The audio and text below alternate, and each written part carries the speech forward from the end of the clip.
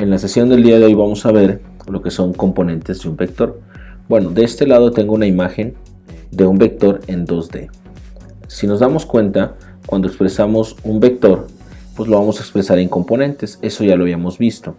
Aquí está la tríada que tiene la componente A1 y A2. Pero ¿qué son las componentes de un vector? Las componentes de un vector son, de este lado tengo el vector A1 hacia la derecha y tengo el vector A2 en Y hacia arriba. Esto es A1 y esto es A2, ¿ok? Bueno, entonces estos son vectores.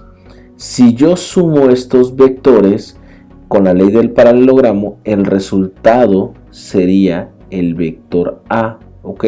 Entonces, pues A1 y A2 al sumarlos me dan A, es decir, A1 y A2 componen al vector A, ¿ok?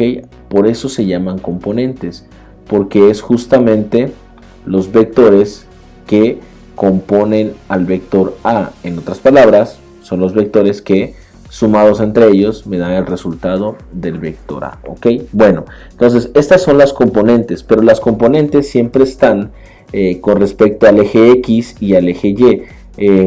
Pueden estar en X positivo, en Y negativo, etcétera, ¿no? Pero bueno, en fin, estas son las componentes y también comúnmente se le llaman componentes rectangulares por lo mismo, ¿ok? Porque entre ellas siempre hay un ángulo recto.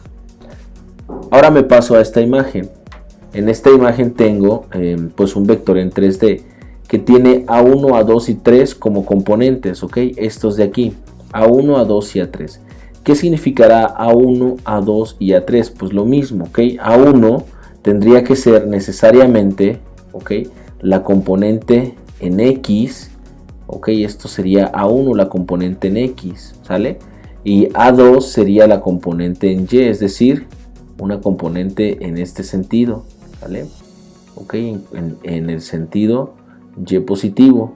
Y A3, ok, sería hacia arriba sobre Z, ¿sale? Entonces estos serían los vectores que componen o que deberían de componer a este vector en 3D, ok.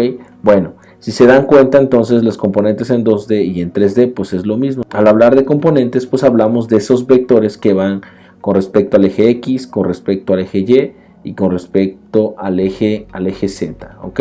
Bueno, entonces ahora, ¿para qué me sirven estas componentes? Bueno, a veces yo tengo el vector A y quiero encontrar las componentes. ¿Y por qué quiero encontrar las componentes? Porque cuando hago operaciones como es la suma o la resta, yo necesito tener a los vectores pues con sus componentes, ¿ok?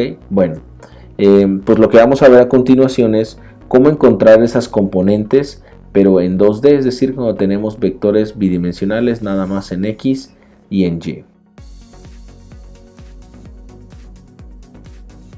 Bueno, para eso me voy a referir en este primer cuadrante.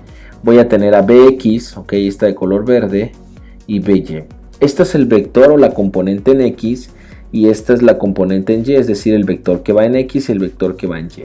Mi vector es el de color rojo, el vector B, y B, que no tiene flechita, es su magnitud, es decir, cuánto mide este vector. El vector, por su definición, sabemos que tiene magnitud, dirección y sentido. Entonces tenemos el ángulo θ. El ángulo θ va a estar referido con respecto al eje X positivo, y de aquí en adelante cuando yo hable siempre del ángulo θ de los vectores, siempre va a ser ese ángulo que está con respecto al eje X positivo. Bien, pues aquí veo que tengo un triángulo, ¿sale? Tengo un triángulo rectángulo donde un lado es Bx, By y la hipotenusa es B.